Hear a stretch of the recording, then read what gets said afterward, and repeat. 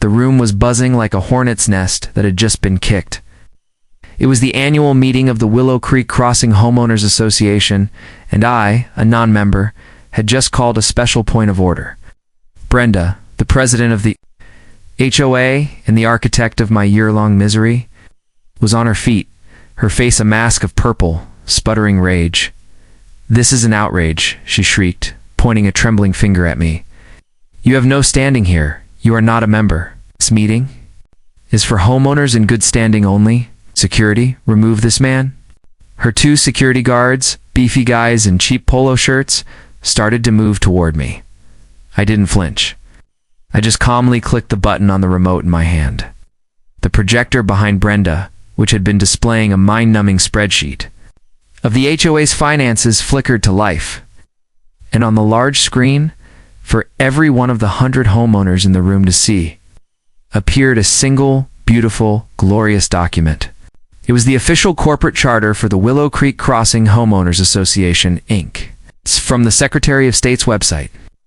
And emblazoned across it, in a massive, undeniable, bright red digital stamp, was a single word: dissolved.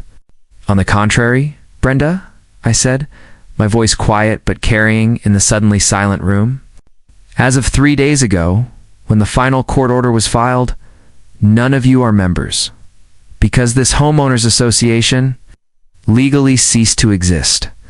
The collective, stunned gasp of 100 homeowners was the sweetest sound I had ever heard. And that's when everything went wrong. Before I tell you what happened next, drop a comment. What would you do if this happened to you? And subscribe to HOA Files. To understand that moment of beautiful, legalistic annihilation, you have to understand my career, and you have to understand the house I chose for my retirement. My name is David. For 40 years, my life was a war fought with paper and words. I was a corporate lawyer, a contract specialist. My job, my art, was to find the fatal flaw, the hidden loophole, the single, overlooked sentence in a 100-page document that could bring a multi-billion-dollar deal crashing to the ground. I was, as one of my less charitable opponents once called me, a contract killer. It was a stressful, high-stakes life, and when I retired, I wanted to burn my law books and never see another subsection or a whereas clause again. I wanted peace. I wanted a garden. I wanted a life so simple and unregulated it would bore my former self to tears, and I found it. Beautiful. Historic arts and crafts home on a quiet, tree-lined street. It was perfect for one very specific, very important reason. It was an in-holding, pre-existing property that had never been legally incorporated into the massive surrounding Willow Creek Crossing development. The real estate listing had said it in big, bold letters, the three most beautiful words in the English language: no HOA. I bought it in cash and looked forward to a life of blissful, unregulated freedom. My freedom lasted for approximately 48 hours. On my second day, as I was happily digging up a patch of lawn to create a new vegetable garden, a golf cart glided to a silent stop at my curb. A woman with a helmet of perfectly coiffed blonde hair and an expression of profound disapproval emerged. It was Brenda, the president of the Willow Creek Crossing HOA. "Good morning," she said, her voice dripping with a condescending sweetness. "I'm Brenda, the president. I don't believe we received your landscape modification plan for review by the architectural committee." I leaned on my shovel, a happy, dirt-stained retiree. "Good morning," I said. "I'm David, the new owner. And this property isn't in the HOA, so I don't believe I need the committee's approval." The smile on her face didn't just vanish. It inverted into a grimace of pure, undiluted offense. "I think you'll find you're mistaken," she said, her voice turning to ice. "The realtor's listing was an error. All homes in Willow Creek are mandatory members. It's what keeps our community so pristine. I'll have the welcome packet and your first invoice for dues sent over immediately." I just smiled. "Brenda," I said, my voice still friendly, "I'm a retired contract lawyer. One, personally, reviewed the chain of title and the original plat maps for this property going back to 1922. I can assure you, with a level of legal certainty that would be admissible in a court of law, that this property is not and has never been part of your association. Have a wonderful day." I had, in that moment, done two things. I had established the undeniable legal truth, and I had made a powerful, vindictive, and deeply irrational enemy for life. The war began, as it so often does, with paper. The fines started arriving, like a notice for non-payment of mandatory dues. A violation for my mailbox being a shade of black that was not on the approved community color palette. It was all legally baseless, of course, the legal equivalent of a toddler throwing a tantrum. I, a man who had once written cease and desist letters that made Fortune 500 companies tremble, drafted a single, beautiful, and absolutely terrifying C&D of my own. I sent it to Brenda and every member of her board and to the HOA's lawyer. It cited the relevant state property laws, the statutes on harassment, the professional sanctions for filing frivolous legal actions. I politely, but firmly, informed them that any further communication would be considered a hostile act and would be met with a lawsuit for damages. I assumed that would be the end of it. I had, after all, brought a nuclear weapon to a knife fight. But Brenda was not a rational actor. My legal letter did not scare her. It enraged her. It was a challenge to the very foundation of her power. Her response was to escalate. The HOA board, under her direction, passed a special resolution at their next meeting. It was a work of pure, delusional fiction. They voted to formally and retroactively annex my property into the association, citing a completely fabricated community harmony and safety clause from their own bylaws. It was like watching a group of children declare that the moon was now part of their treehouse club.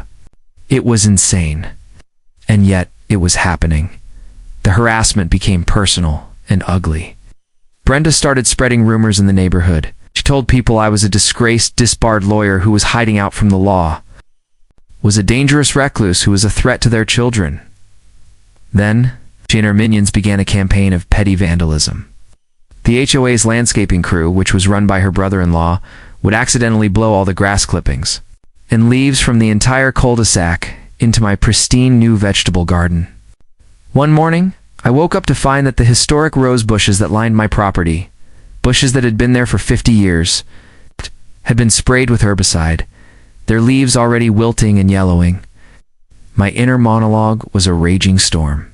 The quiet, peaceful retirement I had dreamed of had become a stressful, ugly, and deeply personal war. This wasn't about bylaws and property lines anymore. This was about a malicious bully who was trying to destroy my peace, and I had reached my breaking point. My professional instincts, the instincts of a man who had spent a lifetime dismantling corrupt corporate structures, took over. I stopped playing defense. I started investigating her. I started investigating the Willow Creek Crossing Homeowners Association, Inc., and then she made her final, fatal move. A courier arrived at my door and served me with a lawsuit. The HOA was officially suing me in civil court. They were seeking a declaratory judgment from a judge to legally and forcibly incorporate my property into their association. Were suing me for tens of thousands of dollars in fraudulent fines, legal fees, and punitive damages for my willful and malicious refusal to comply with community standards. It was her big move, her grand checkmate moment. She had finally brought the full weight of the legal system to bear against me. It was going to be expensive.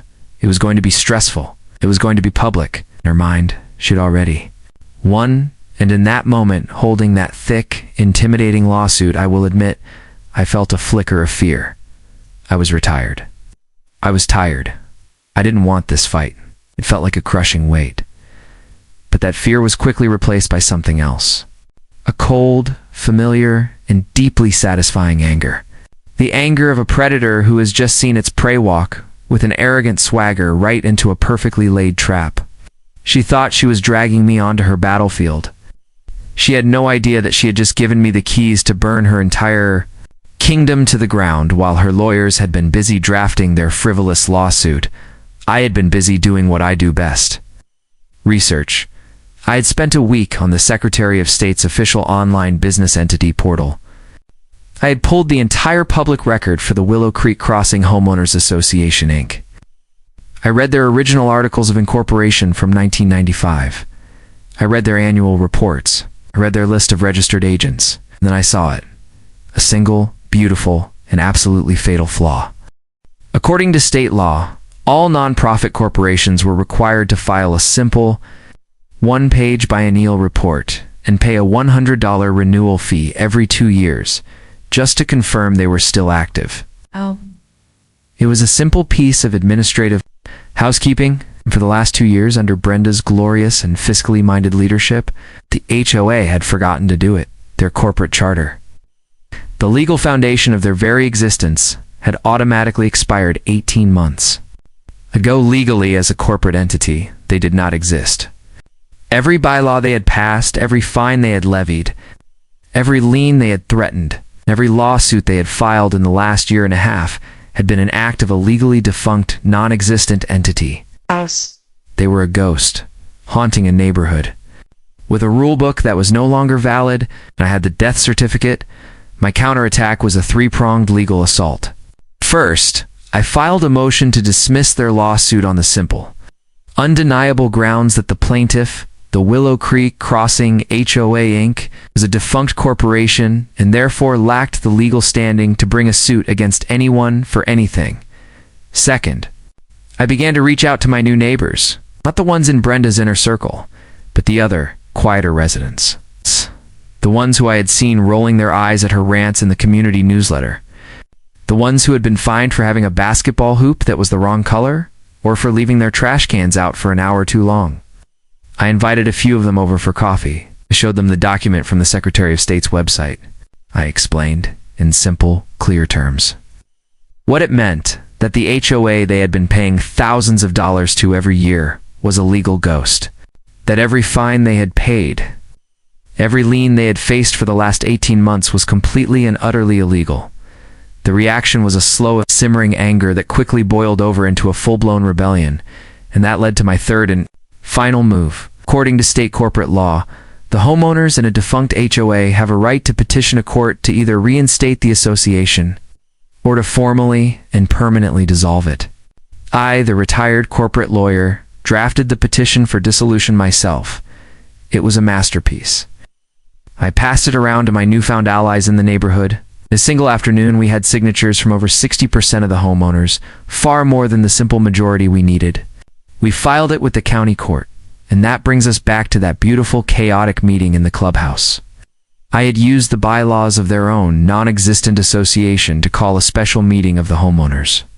Brenda, still completely oblivious to the legal tsunami that was about to hit her, had tried to rule it out of order, and I had stood up and projected the truth onto the screen for all to see.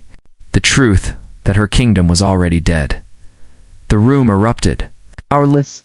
Brenda was a sputtering, powerless wreck. Our. Her kingdom, her title, her authority, all of it had been built on a foundation of legal paperwork. And she had failed to do the single most important piece of paperwork of all. The other residents were on their feet, shouting, demanding answers, demanding their money back. They were not just angry, they were liberated. The lawsuit against me was, of course, thrown out of court the next day, but the legal troubles for Brenda were just beginning. She and her entire board are now facing a massive class action lawsuit from all the other homeowners to recoup the 2 years of illegal dues.